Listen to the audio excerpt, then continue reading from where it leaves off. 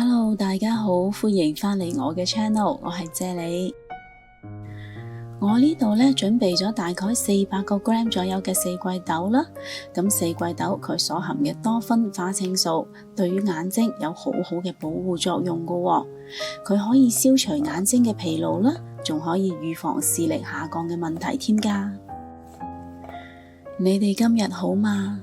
留言話我知，你又鍾唔鍾意食四季豆啊？祝你有開心愉快嘅一日。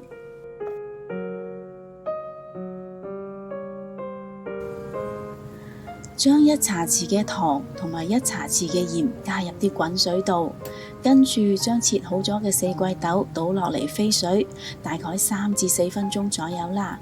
咁樣做呢，可以令到四季豆大概會變成8成熟左右嘅。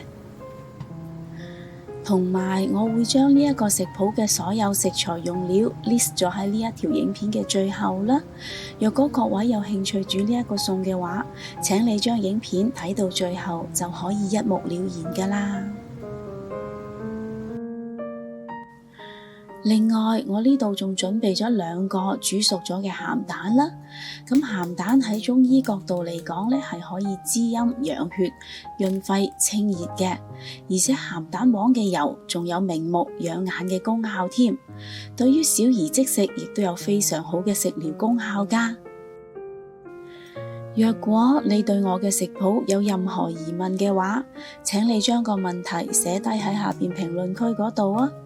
我係非常之咁樂意同大家一齊討論㗎。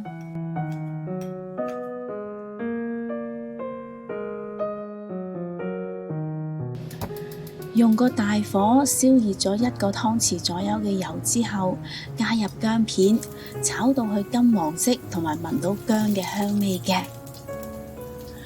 當啲薑片炒香咗之後，就可以加入啱啱整碎咗嘅鹹蛋落嚟炒一炒佢啦。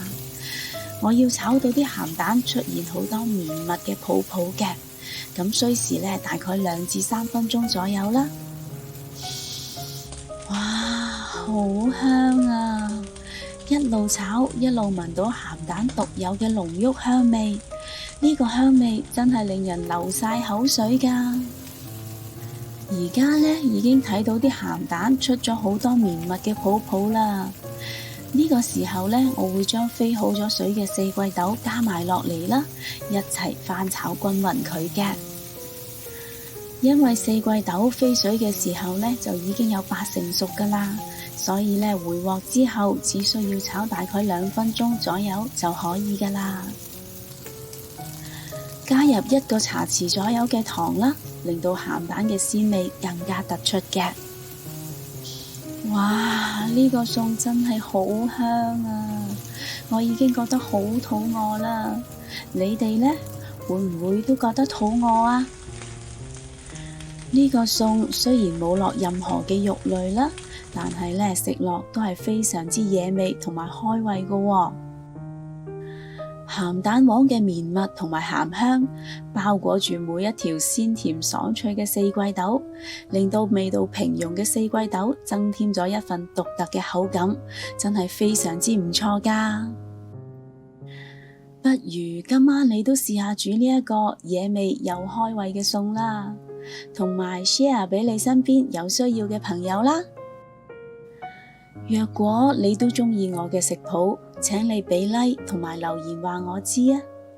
記得訂閱我嘅 channel， 順便撳埋隔離個鐘仔啊！多謝晒你嘅收睇，我哋下一個食譜再見啦，拜拜。